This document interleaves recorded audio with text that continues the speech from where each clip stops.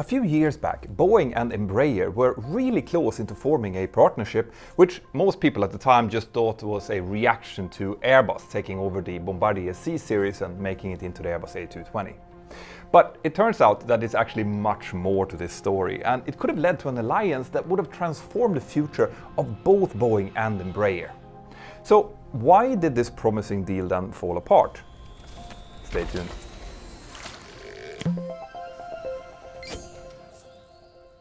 I recently made a video about the Airbus A220 and how close it actually came to becoming a Boeing aircraft rather than an Airbus. Now, this was a fascinating story which included many lost opportunities on behalf of Boeing. However, there were actually more complications and side effects to this story than I actually talked about in that video, which a lot of you guys pointed out. The most obvious one was that Bombardier wasn't the only company that Boeing had discussed partnership with in recent years. Boeing had also been in similar talks with the Brazilian company Embraer. And unlike the Bombardier-Airbus partnership, which only involved one aircraft, Boeing's potential joint venture together with Embraer would have covered a lot more than that. But before we really dive into this story, we need to have a quick look at Embraer's history. Embraer was founded as a state-owned company back in 1969, but the actual work on creating a Brazilian aerospace enterprise had begun even a few years before that. So the prototype of Embraer's first aircraft, the EMB-110 Bandeirante, actually flew in 1968, before the company officially had been founded. Embraer built this turboprop for both Brazil's military and for domestic commercial operators, but the aircraft also scored some sales abroad. The Embraer 110 and the larger Embraer 120 Brasilia made the company into a well-known and respected manufacturer worldwide. On the military side, Embraer initially produced licensed copies of foreign designs like the Aeromachi 326 trainer, but later on they would also design and export its own military trainer, the Embraer 312 Tucano, which actually has a version of it still in production today. Embraer also designed and made crop dusting aircraft and even produced thousands of Piper single and twin engine piston aircraft on the license. And on top of that, a line of business jets that have been becoming increasingly popular recently. On the commercial side, Embraer have really embraced its role as a designer of feeder regional aircraft, expanding its products to offer jets like the ERJ-145 family, as an example. This eventually led to the development of the E-Jet and the E2 jet families, who are still in production today. So far, Embraer has delivered over 1,800 E-Jets worldwide, and they are no longer a state-owned company after a privatization process that took place in the early and mid-1990s, and they now employ over 15,000 people. But even though it's now a private company, the Brazilian state still remains with a vetoing interest, and they also own shares in it. Now, the development of Embraer's newest aircraft, the E2 family, could probably be a separate video in itself, because this wasn't just a re-engine of the E-Jet family like Boeing and Airbus did with their Max and Neo. Instead, Embraer redesigned the E-Jet family completely, readjusting each model's size, designing new wings, which, by the way, are different on each variant. Embraer moved the wing forward and reduced the size of the tail surfaces to reduce drag, and they even added fly-by-wire to improve performance and to reduce weight. By all accounts, these are very efficient aircraft, but the introduction of the E2 family into service after this very costly redesign turned out to not be that easy. The two larger models, the E190-E2 and the E195-E2, have now been in service for a few years, but they have struggled to get any sales in North America, and worse still, the smaller member of the family, the E175-E2, has no orders at all today. And that's likely because Embraer made this aircraft slightly longer than the old E175 to give regional carriers more options for a two-seat category cabin. But the problem was that this extra length, plus the extra weight of the newer Pratt & Whitney geared turbofan engines, made the E175-E2 too heavy to satisfy the scope clause contracts that the US majors had with their pilots. If you want more information about that, check out this video up here. One reason why Embraer felt that it had to enlarge the E2 models was that its two larger variants would be able to compete a bit better with the Bombardier C-Series, now the Airbus A220. And this is where our stories start to get really interesting. About a month before the first Embraer E2 entered into commercial service, Delta Airlines placed an order for the Bombardier C-Series, which would trigger Boeing's trade complaint, which I talked about in this video. Now, in that video, I explained that Boeing and Bombardier actually entered into discussions on a possible partnership that would have seen Boeing get a stake in the C-Series. But for some reason that wasn't clear at the time, Boeing on their own initiative broke off those discussions with Bombardier and instead pressed on with their trade complaint. Now, to understand why Boeing did this leads us back to Embraer, and I will explain all of that after this short message from my sponsor, who makes it possible for me to create these type of videos. Whatever you are feeling curious about, today's sponsor, CuriosityStream, will likely cover it. Be it science, history, technology, nature, travel, you name it, they will provide. On CuriosityStream, you'll find exclusive, award-winning films and shows that you can't watch anywhere else, plus a collection of some of the best documentaries from around the world. The viewing experience is top-notch, with all titles available worldwide on almost every possible device. Now, the last treasure that I found on the platform is a miniseries called Deadly Science, about ambitious people that have made history. The first episode, Dangerous Heights, is about the dreamers who dare to defy gravity. So if you like the videos on this channel, which I hope that you do, then I highly encourage you to go to curiositystream.com/mentor now or scan this QR code and use the promo code mentor now to get unlimited access to the world's top documentaries and also to save 25% off your purchase. Support me by supporting my sponsor. Click on this link or scan this QR code. Thank you, CuriosityStream. Now let's continue. At a first glance, it looks like Boeing entered discussions with Embraer as a reaction to Airbus taking over the Bombardier C-Series. Bombardier and Airbus announced this deal in October 2017, and the first rumors of a deal between Boeing and Embraer appeared in December that very same year. Then in January 2018, the US International Trade Commission determined that the US aviation industry was not threatened by the Airbus A220, basically rejecting Boeing's trade complaint. This cleared the way for Delta and other US airlines to finally go ahead and buy that aircraft. On the 5th of July that year, Boeing and Embraer officially announced a Memorandum of Understanding that would lead to several joint ventures. Yep, you heard it right, more than one. Under this memorandum, Boeing would pay $4.2 billion in cash for an 80% stake in Embraer's commercial aircraft division. The second joint venture in this memorandum was about a specific aircraft, the C-390 military cargo jet. This aircraft fits a similar role to the C-130 Hercules, but it uses EIE V2500 turbofan engines, which are already in use on many Airbus 320 aircraft. Boeing would get a 49% stake in the C-390 program and help Embraer promote and support it to customers worldwide. And here is where we get to the real incentives behind this deal.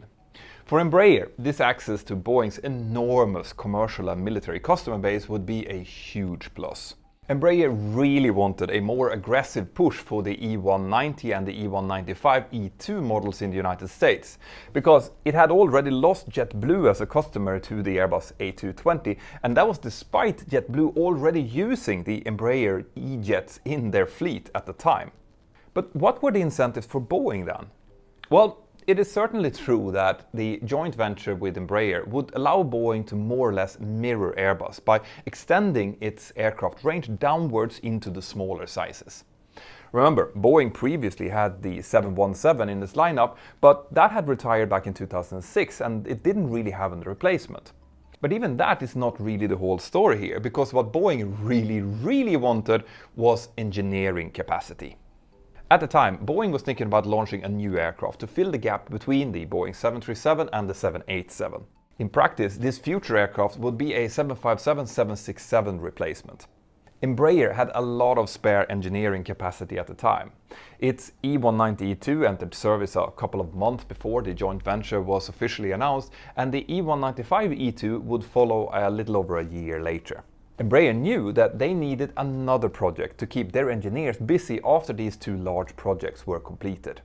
Now, Leham News have published several articles to explain the details of this deal and also its eventual demise. You can check out the links in the description below. I really recommend them.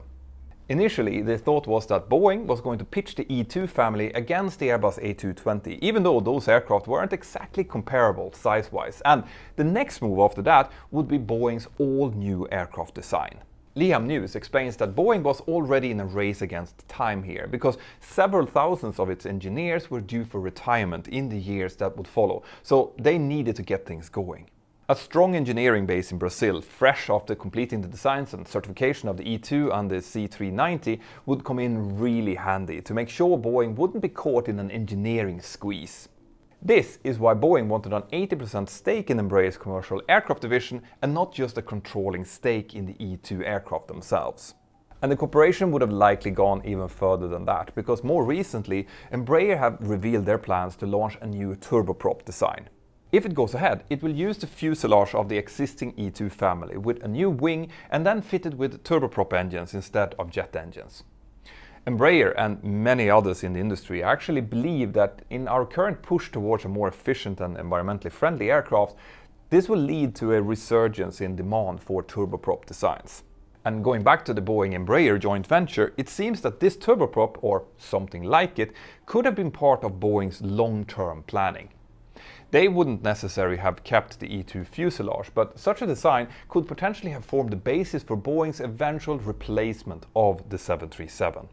Remember the CFM RISE engines that we looked at recently? Does the rear placement of the Embraer turboprop engines remind you of something?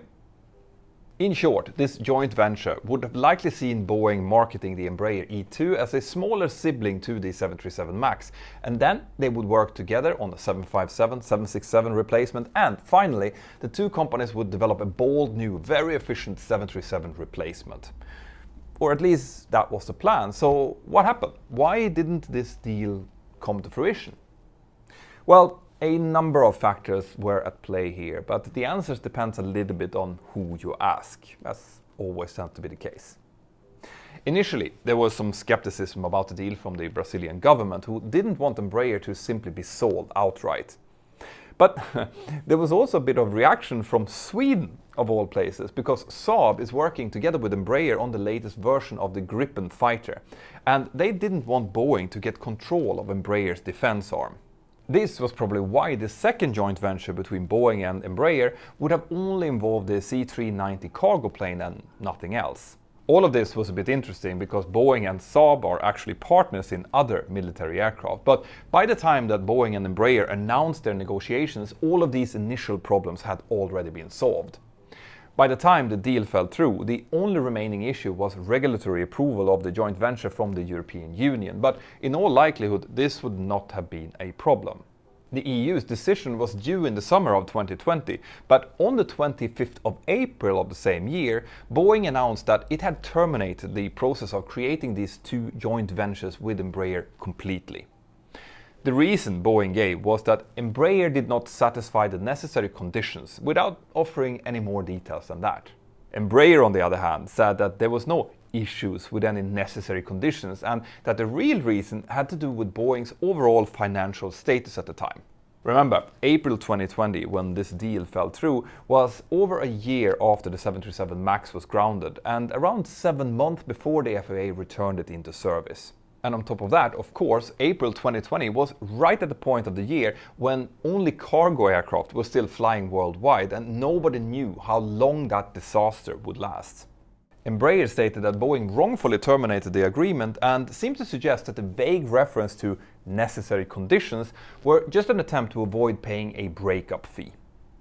Embraer's statement said, "We believe Boeing has engaged in a systematic pattern of delay and repeated violations of the purchase agreement because of its unwillingness to complete the transaction in light of its own financial condition, the 737 MAX, and other business and reputational problems." According to the Wall Street Journal, that breakup fee would have been between $75 and $100 million. Now, that's a lot of money, but remember that Boeing's debt over the last few years had risen by $20 billion. Of course, the collapse of the aviation sector in 2020 meant that Embraer's own value dropped to only a fraction of the $4.2 billion that Boeing had originally agreed to pay. So financially, backing out of the deal likely made sense for Boeing, especially given the fact that they were in full crisis mode at the time. Since 2020, Boeing has been selling properties and getting out of many leases throughout the United States in a massive cost-cutting drive. They also combined production of the 787 into one site instead of two for the very same reason. But this still leaves the question of how Boeing and Embraer will move on from here and design their next aircraft. Embraer have been struggling financially during the last few years, but really strong demand for their business jets have helped them stay on their feet. And they are currently still looking for partners and engine suppliers for their new planned turboprop. And Boeing? Well, we've already looked at their lost opportunities with both Bombardier and now Embraer, and we talked about in my last video why they're waiting for the CFM RISE engine. But in my next video, I will tell you all about the latest information we have on what Boeing's future plans might really look like, so make sure that you have subscribed to this channel so you don't miss that. Check out this video next, or this really interesting playlist. Also, please consider joining my Patreon crew or send a super thanks to help us keep creating these videos, or buy yourself some cool t-shirts. Have an absolutely fantastic day, and I'll see you next time. Bye bye.